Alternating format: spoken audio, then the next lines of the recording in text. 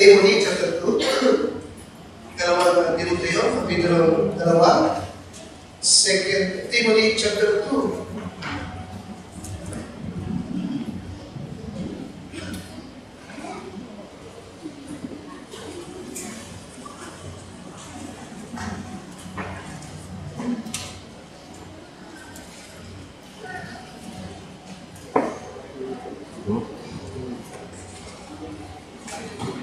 Yeah. Right. 2 Timothy chapter 2. Pawulin siya. At kung kami nariyan ay ako po inyong sabayan sa pagbasa sa talatang 24, 2 Timothy 2, and verse number 24. Okay, verse 23, 24. Alright, verse 23. Alright, the Bible says, but foolish and unlearned questions avoid. Yeah? Knowing that they do what? Alright. Now, ito po'y mensahe ng Panginoon sa ating mga tagapagturo, sa ating mga nag-aasik ng salita ng Panginoon.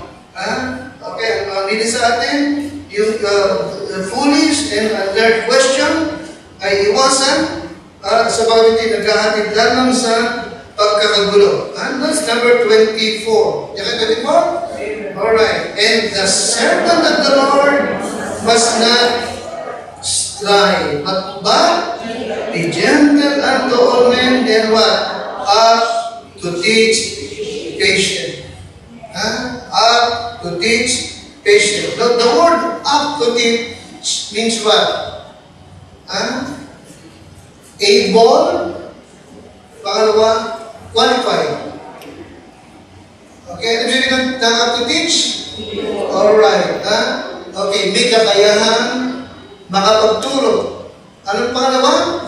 Qualified or well-rounded. It also means what? Knowledgeable. Bilang Bible teacher. Maliwanag ba? Now, let me remind you, sabi ng Bible sa book of Hebrews, okay? You ought to be teachers. Tayong lahat. Nais na nulit, may kakayang makapagturo ng kanyang salita. Maliwanag ba? Amen? Able, then qualified. Alright? Now, let me remind you, ibig ko yung bilang intro, ay ibigay ko yung ano bang ibig sabihin ng qualified Bible teacher? Now, qualified Bible teacher is, number one, doctrinally sound. Okay, ano yung sabihin ng qualified Bible teacher? Alright, marunong sa doktrina na tama pagdating sa Bible, Trinity, deity of Christ, salvation by grace through faith. Ano pa? Okay, tama rin sa kanyang doktrina about hell, heaven, and the second coming of Christ. Alright? Doctrinally sound. Pangalawa is what? Dependent upon God. Ano yung pangalawa? Alright. Sabi what? He must be what? A person of faith. Kasi sabi, dependent upon God. Ano sabihin? Siya what? A person of what? Person of faith and fullness of the Holy Spirit. Qualified Bible teacher. Isa pang dagdagan mo ba? Dedicated to the Word. Ano yung pangalawa? Dedicated to the Word. Committed siya sa kanyang gawain. Okay? Commitment. It is a rare in our day. Commitment. Kaya talagang nag-aaral siya, naghahanda siya ng kanyang sarili, pang-unang-una, at yung aralin ituturo niya ay hangad niyang makapagpatibay, makapagpalago, makapagpaalam ng pananampalataya, at makapagpalago ng pag-ibig kay Kristo at sa church ng Panginoon sa Kristo. Dedicated to the Word. Okay? Kanina ko lang ito I think kailangan ito. Pangalawa, diligent to their calling. Masigasig siya, hardworking siya, meticulous. Alright? Okay. Nalalaman sa bakit nalalaman niya na siya tinawag at binigyan ng Diyos ng kaloob para dito. Are you with me? Okay, qualified, up to teach. Alright? Ano pa ang sabihin nun? Devoted to the Lord. Siyempre, ang Lord at yung salita niya, ang itinuturo mo, hindi ba? Ibig isa? Devoted siya sa Panginoon. Ha? Alright. Sapagkat siya devoted sa Panginoon, isinunod ko rito ay, delight in the Lord's presence. Okay. Ano yung sumunod? Pakalakas? Delight in the Lord's presence. Sabihin yun. Ha? Okay? Nagagalak siya sa presensya ng Panginoon. Ito po yung nangungulugan na he loved to meet the Lord in prayer. Nakalip pa ako? He delight in the Lord's presence. Ano sabihin? Okay. He loved to meet God. Okay. Gusto niya laging katagpuin ng Panginoon sa pananalangin. Gusto niya laging basahin ang salita ng Diyos. Paliwanag ba? Kasi pagka nung nanalangin ka, tsaka binabasa mo yung kanyang salita, nasa presensya ka ng Diyos, hindi ba? Amen? Okay, yan ang qualified Bible teacher. Okay? Pinagdag ko ito. A qualified Bible teacher, decisions are in the light of God's Word and will. Naroon siya. Okay, binigay ko ito sa panagpil ng ating talatay. Okay? The servant of the Lord, okay, is what? Okay, umiiwas siya sa foolish and unlearned question. Sapagat alam niya, ito'y magdudulot lamang ng what? Pagtatalo-talo o pag-aaway. Di ba? Dahil dito, sa talatang 24, yung lingkod ng Lord, kaya hindi dapat talaga makikipag-argumento tayo. Makikipagtalo. Bagkus is what? Tayo po mahinahon, pero sapat, able, qualified na Bible teacher. Amen, Lisa? Amen? Ngayon, kumakita ko dito, ay dadaling ko kayo sa isang aralin, lesson na inaakala ko na kailangan nating daanan. Bagaman minsan ay nababanggit ko minsan ito kapag sumasapit ang buwan ng Disyembre. Okay, ito po yung pag-uusapan natin sapagkat hindi ko inakala na darating yung panahon na ako at ang Calvary ko ay i-criticize sapagkat tayo raw ay naniniwala sa Pasko. Okay lang sana na matutukan na yun, kaya ay ini-encourage yung ilan nating miyembro na pag nakikita dumalo, may Pasko dyan. Sira ulo.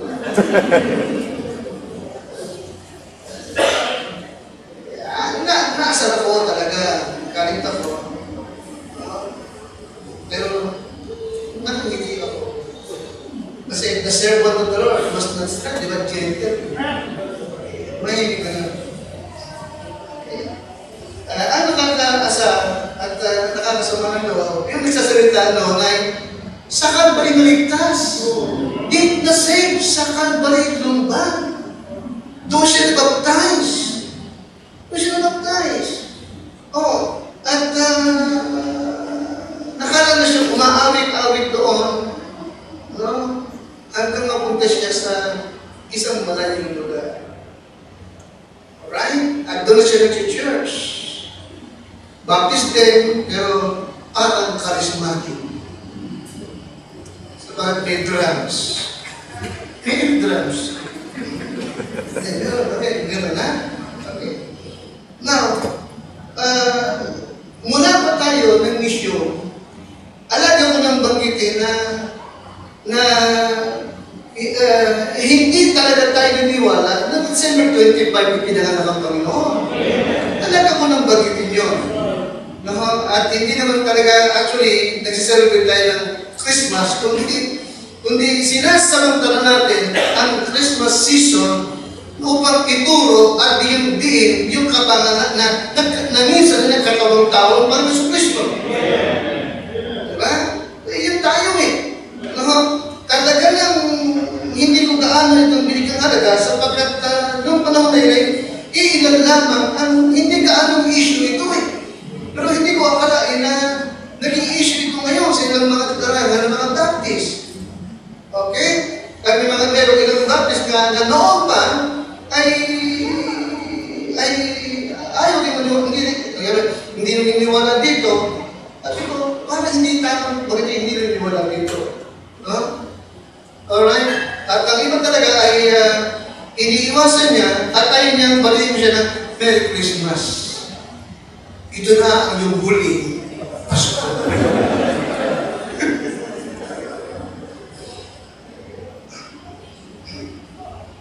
Now, yung iba, good. Ina-apply niya yung 1 Corinthians chapter 8. Kung wala kayo nito, sa'yo na lang. Pero kung yung iba na merong activities kapag Christmas, bayaran mo siya. Okay? Ang iba lang talaga, kung makikita yung ibig kong talakay ni Siri, ang iba talaga very argumentative. Pagdating dito. Alright? And they criticize yung kapwa niya Baptist, no? Na mayroong Christmas kantata at mayroong mga tinatawag na mga Christmas presentation kapag December. Na parang kakalaming kulto na huwag na kayo duman. Alright? Kaya na, bilang bagong teacher o pastor, ibig kong mag-usap tayo about Christmas. Okay? Yun ang natin about Christmas. Yan, bibig Lord, sa paghahatid po ng salitang ito. Yan, bibig Lord, na maibigay ko po yung katotohanan patungkol po dito sa bagay po nito. Tumay po ako ng Diyos at ang pakikinig po ng iyong mga anak. Bigyan po ka ng wisdom na pinalabas kung kailangan.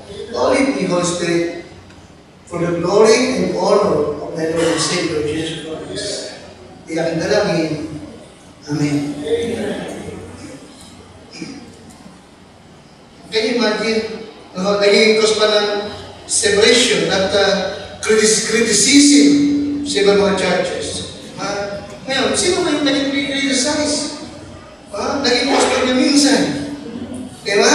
Sino ba yung, ano ba klaseng church kung naging criticize? Naniniwala naman ako, ang Calvary lumbang sa Cruz at Angeles o Bagay, soul-winning church. Amen? Hindi basta soul-winning mo, di ba? Doctrinally sound. Okay? Now, ano ba sinasabi nila about Christmas? Of course, number one, they say that Christmas was not Christ's birthday. Okay? Now, ano sabi ko rito? Alam ko yan! Alam ko yan! Bakit? Kami ba Calvary? Mahina ba kami? We know better. Diba? Kasi alam ko yan. Okay? Christmas was not Christ's birthday. Alright? Sa pag binabanggit ko talaga, nung gabing yun na ipanganak ng Kristo is what? Nasa labas ang mga tupa. At nasa labas yung mga pastor. Bakit nasa labas? Summer kasi. Diba? Hindi sila maglalabas ng tupa kapag buwan ng December. Sapagkat talagang may cross, may snurin sa lugar ng Israel. Ano? Meron sila ng lugar ng Israel? Meron doon eh. Dito to. Cross doon eh. Mamamatay ito pa. Okay? So, kaya push possible, March or April, ay pangit naman March dyan, tsaka tayo kakanta ng Heart the Herald. Diba? Yes, it is true. No? Okay? Walang sino man nakakaalam ng exact day ng ipanganak ng ating Panginoon Kristo. Wala ka na, because the Bible does not tell us. Hindi talaga sinabi. Okay? Alright. Pero, kung sakali bang umawit tayo ng Christmas at tayo ay meron tayo ng Christmas presentation, nakakasala ba tayo? Immoral ba? Masama ba? Kasalanan ba? Na kapag buwan ng December ay ating alalahanin na nagkatawang tao ang ating Panginoong Kristo?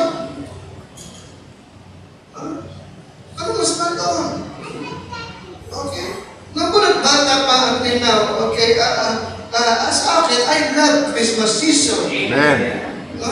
At nag-i-enjoy ako na ituro ko yung kanyang pagkakataon ng tao. Amen? At nag-i-enjoy ako na ituro ko, ay i-preach ko, na ito na mga pastor ng tupa ang unang binalitaan ng pagsilang ng Messiah. Alright?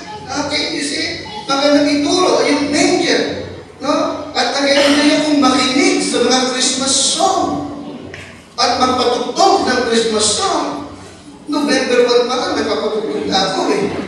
Amen. Amen? I'm dreaming of a white Christmas. Wala namang white Christmas sa Pilipinas. Amen? Now, nagkakasala ba ako? Kasalanan ba kapag ka ang isang Christian, bakit nakikinig ng Christmas song? Sabi ko, anong puti ng buhay ng mga tao yan? Kasi na.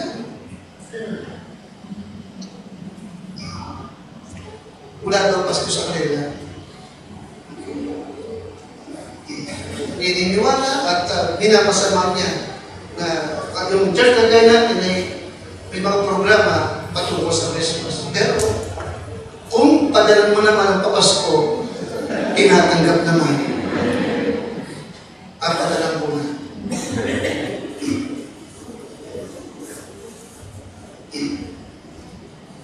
I love the gatherings ng pamilya na salo-salo kapag Christmas. Okay? I love to give gifts. Amen? At tumanggap ng gifts. Siyempre. Amen ka siya? Hindi tayo as Christian, we love the Lord. Amen? Mahal natin ang Panginoon.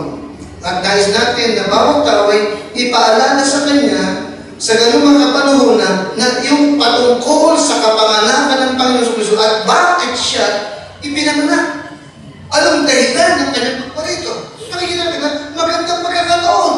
Sapagkat bawat tao ay nakasenda yung kanyang kaisipan na kapag Kristo ay what? Ay kapanganakan ng Messiah. Amen ka siya? Eh kung tayo sa ganun, walang Pasko, mali yan, paganong gawain yan. Open ng mga tao. Amen ka siya? Alala niyo naman, yung lahat, nakasama sila sa atin nung mission pa lang tayo. Nagkakaroling tayo, hindi para sa pera. Kung ipakita sa caroling, yung napag-carolingan, kinakain natin ng iwan. Pizza, balot, suman, di ba? Yung balot na yun. Amen? Amen isa? Ano po ay? Di ba? Hindi naman. Talagang po natin yun. Meron tayong tape record, kaset na dala, yung mga kanta natin mga masko, dakil ang handog, bituin, di ba? Mapupunta tayo sa mga tindahan ng mga palengke. Okay? Aawit tayo, din after that, mag-ibigay tayo ng ano bang kahulugan ng Christmas. Bakit may Christmas? Sinasamantala ng pagkakataon to preach the gospel of Christ. Alright? Ano sabi nila? Christmas was not Christ's birthday. Alam natin. Totoo yun. Tama yun.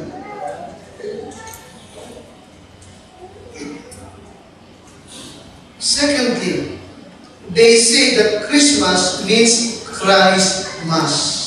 Ito raw ay Catholic holiday. So, walang Pasko sa kanila. At hindi nakikriticize tayo sapagkat yung Christmas daw ay ang ibig sabihin daw ay Christmas. Ito raw ay Catholic holiday. Alright? Ito raw ay Katoliko ang nagpasimula. Dahil dito, tayong Baptist, hindi raw tayo dapat nag-o-observe nito. Hindi sabi nila. Okay?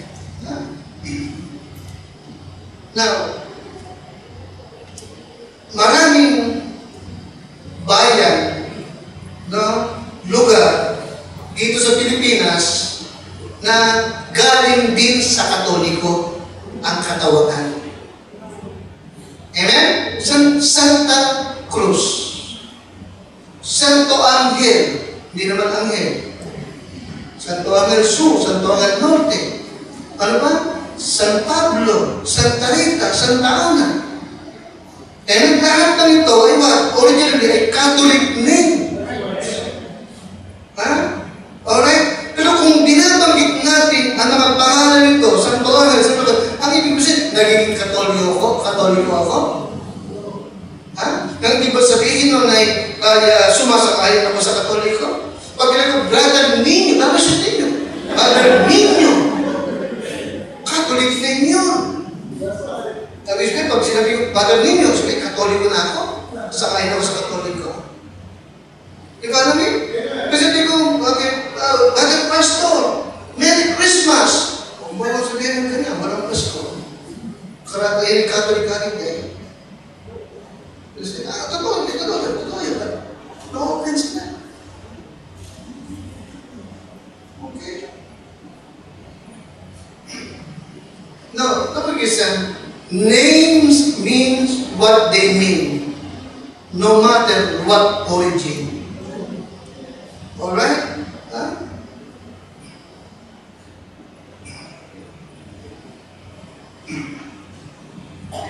Halimbawa, yung Sabadista. Ang Sabadista, big deal sa kanila na linggo tayo nagtitipon-tipon. Sapagat yung Sunday daw ay galing sa mga sumasamba sa Sunday. No? Now, ang sagot natin naman ito ay simple. Yung Saturday ay pangalan din ng gods, hindi ba? Na si Saturn. Hindi ba? Amen? Oh. Pero walang sino man sa atin na pag ating binanggit sa ng Sunday ay nangangahulugan na ang isipan natin nasa Sunday. Alright?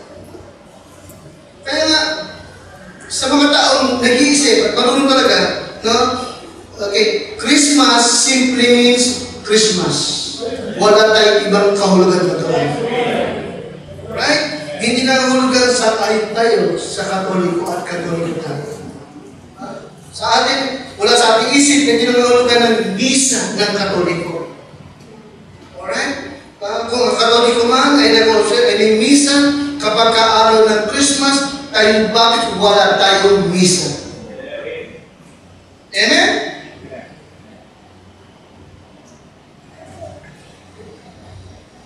Kaya kung sila, mayroon silang mas kapag Sunday, okay, bakit tayong baptist? Hindi natin gamitin itong araw nito to honor the Lord Jesus Christ.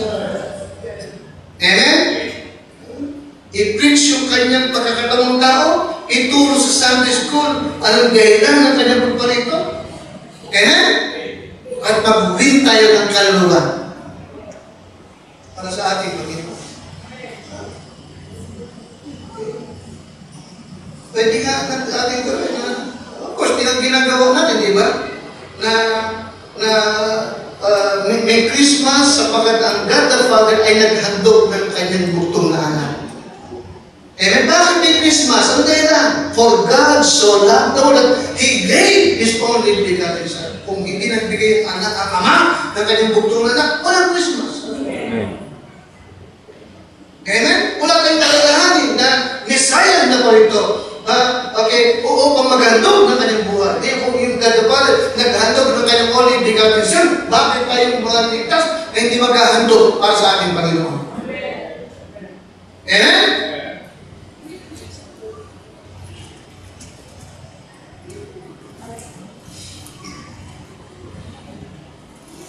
But sad to say, they criticize yung mga baptist na gaya natin sapagat meron tayong mga programa na pang-Christmas. Alright? At pwede daw naman gawin yun sa ibang panahon. Pero I think kapag naman tayo sa ibang buwan natin ginawa, yung ating ginagawang Christmas, exchange gift. Sabihin nila, sila yung mga tao yun. Mars ko may exchange gift. Diba? Bakit kasi pastor, Marso mayroong Christmas tree. At Christmas light. Yung iba din nagtatanda eh, di ba?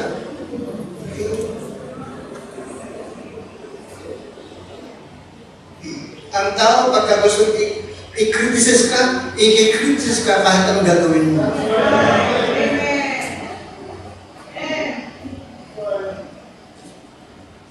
So number one, alam natin. Alam natin na hindi talaga, walang sino nakakalam kung kailan ipinanganak ng ating Panginoon. At alam natin na hindi December siya isinira. Alright? At kung meron tayong Christmas program, activities na pang Christmas, hindi naman ito nga hulugan na iniwala tayo tungkol sa Christ Mass. At hindi tayo naging Katoliko at sumasakayon sa gawain ng Katoliko. Okay? Pangatlong bagay, they say that Christmas tree and decors are an abomination. Ito yung pangatlo nilang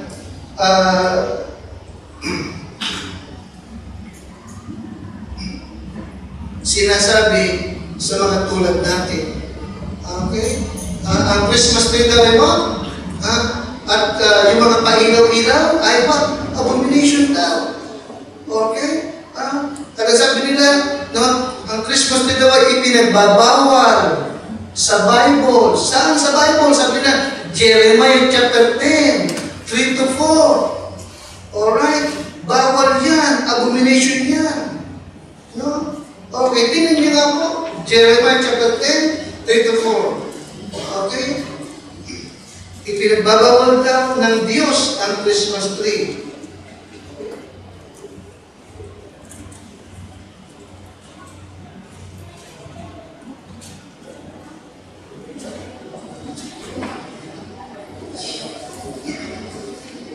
Alright, nandiyan po kayo. You ready? Kailan? For the customs of the people are vain. For one cutteth a tree out of the forest, the work of the hands of the workman with the axe. They deck it with silver and with gold. They fasten it with nails and with hammers, that it move not. Alright. Now, Christmas tree nga ba ito? Na pinutol na puno na kanilang dinidekorasyonan? Ha?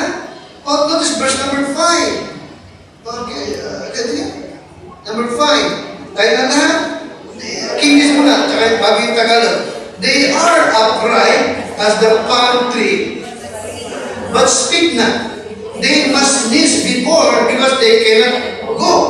Be not afraid of them, for they cannot do evil, neither also is in them to do good. Now, hindi ito tumutukoy sa Christmas tree. Maliwanag ba? Maliwanag ba? Hindi ito Christmas tree. Okay? Dalawang bagay kung bakit hindi ito Christmas tree. Nakikinig ba kayo? Number 1, there was no Christmas at wala rin Christmas tree nung panahon ni Propeta Jeremiah. Kaya naman ka ng Christmas. Ano yung number 1? Bakit hindi ito Christmas tree? Ha? Wala pang Christmas at wala pang Christmas tree nung panahon ni Propeta Jeremiah. Pangalawa, walang sino man sa ating panahon ito ang sumasamba sa Christmas tree. Bakit ba kayo nakatulog sa Christmas tree at taga-atanda? Ha? You see? So, ibig sabihin, itong Jeremiah 10, 3 to 5, it speaks of an idol. Di ba alam yung isa? Amen? It speaks of what? Ito may tumutukoy sa Diyos-Diyosan, nagawa sa kahoy at dinikorasyonan ng silver and gold. Maniwala ba? The Bible does not forbid Christmas tree. Amen, sir? Amen? So, walang masama kung ikaw ay maglagay ng dekorasyon sa bahay mo Walang masama. Okay? Hindi tayo nagkakasala kung tayo may maglagay ng Christmas light, Christmas decor. Nakikinig mo ba kayo? Or Christmas tree. Huwag lang Santa Claus na nangangabayo. Amen? Santa Claus ay Satan. Maliwanag ba? Talagang sinisikap ng Diablo na yung isipan ng tao, ng bata ay malihis sa dapat talagang alalahanin mo kapag ka-Christmas season.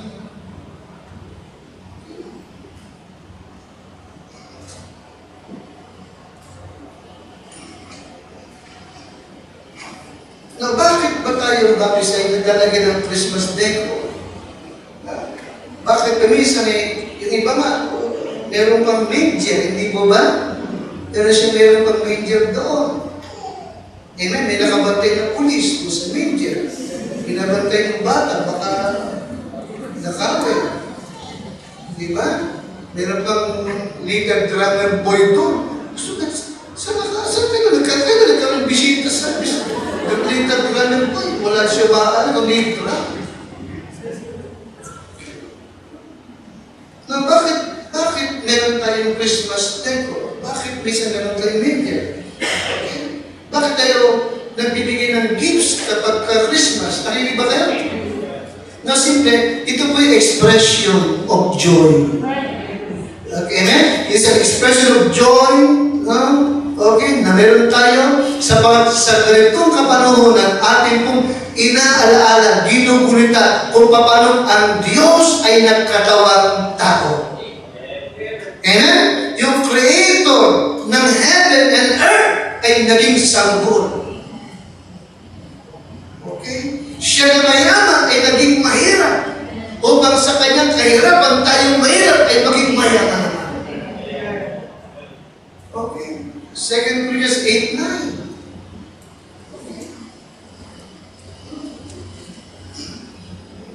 Pangapat na objection nila, no, hindi ko na ilagay, no, ito ng Christmas season ay panahon ng commercialism.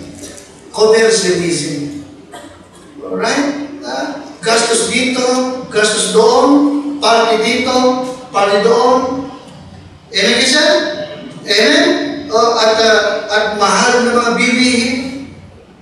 Okay? Now, of course, kung ito'y ginagawa nila, no, para commercial o para sa kumita, hindi naman tayong Baptist. Amen? Amen? Sapagat ito may ginagamit na for commercialism, ang ibig sabihin ay masama sa atin na mag-observe.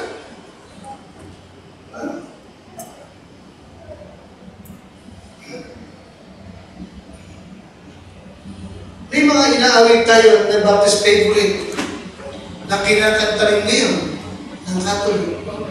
May mga Baptist favorite na kinakanta rin ng JIL. Ang ibig ko sabihin sa mga kinakanta na, hindi natin kakantahin.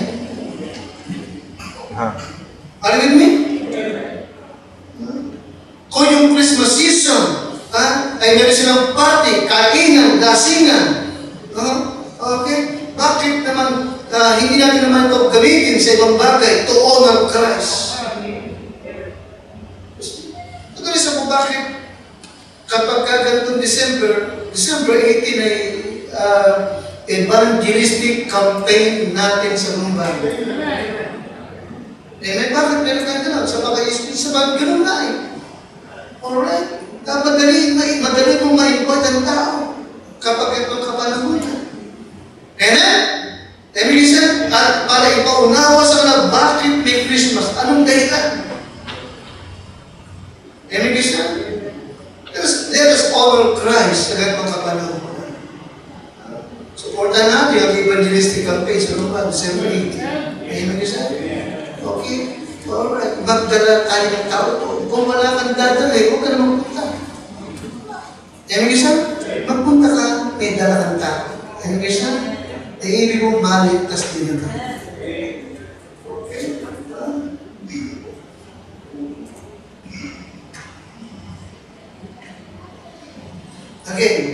Walang sino nakakaalam ng exact day on which our Savior was born. Again, maging yung early Christian, hindi nag-celebrate at hindi i-celebrate ang kapanganakan ng Panginoon. Maliwanag sa atin. Amen, Christian? Amen? Amen, Christian? Okay, the early Christian did not celebrate the birth of Christ, but what? Ang kanilang isinelebrate at isineselebrate the resurrection of Christ. Not the birth of Christ, but the resurrection of Christ. But again, kung ating pag-alalahanin yung kanyang kapanganakan at bigyan natin ng emphasis ang lahat ng nanganak sa kanyang kapanganakan, nagkakasala ba tayo? Ano ba kami? In Philippians chapter 2, verse 5 to 8, Bible says, let this mind be in you, which was also in Christ Jesus. Na siya, bagamat Diyos, hindi inalipanagnan ang pagkapantay niya sa Diyos. Kundi, nag-anyong alipin, nagpakababat, nakisalamuha sa mga tao at naging masunurin hanggang sa kamatayan doon sa krus. Yun ang Christmas. Nagkatamang tao ang Kristo. Ano yung isa? Nagpakababa ang Kristo. Naganyong alipin ang ating Panginoon Kristo. According to 2 Corinthians 9:15, Christ is the greatest gift na binigay ng Diyos tao.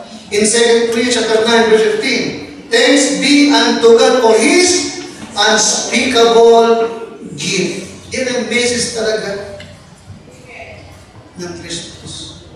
Okay? Kaya nga sa ganitong kapanahon na, no? Alright? Now, yes, ano man ang sabihin nila? Ang sa atin is what? Binibigyan natin din kung bakit nagkaroon ng ganitong Christmas. Alright? Tatlong bagay. Number one, why Jesus became a man. Ito yung ating mensahe kapag ganitong panahon. Why Jesus became a man. Bakit ba siya nagkatawang tao? Number one, He came to give us eternal life. Alright? Bakit siya naparito? Number one, He came to give us what? Yes, to give us eternal life. In 1 John chapter 5 and verse number 20. 1 John 5 and number 20.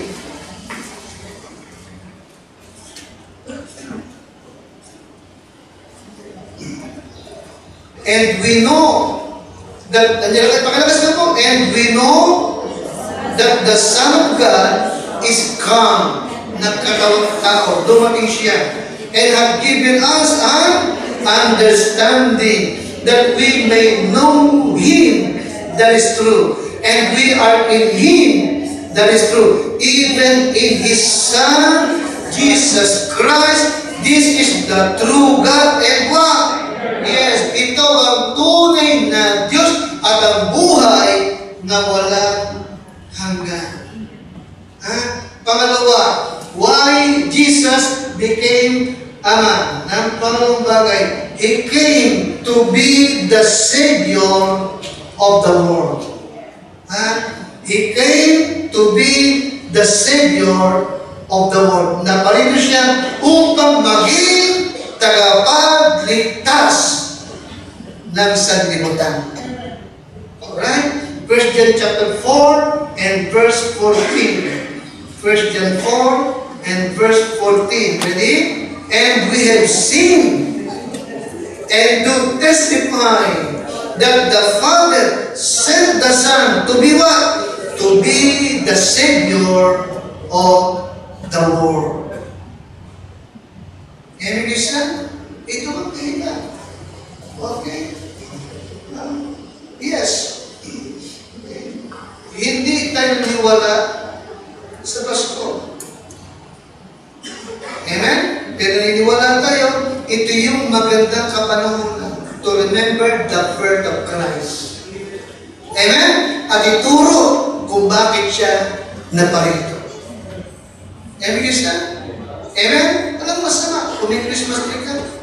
dekorasyon ng bahay mo yan. Walang masama kung may Christmas tree ka.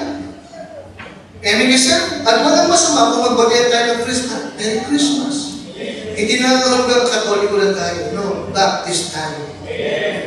Amen? Bilang Baptist, we know better. Amen? At ito rin po'y magandang kapanahonan upang tayo po'y makapag-akay, makapagdala pa ng maraming kaluluwa. Amen? Paulit, ito rin po'y magandang panahon upang patuloy pong hamunin, i-challenge ang bawat Kristiyano na maghandog din tayo sa Diyos. Bakit siya naghandog? Maghandog din tayo sa Kanya. Paliwanag ba? Amen? Ng ating sarili at maging ng ating possession.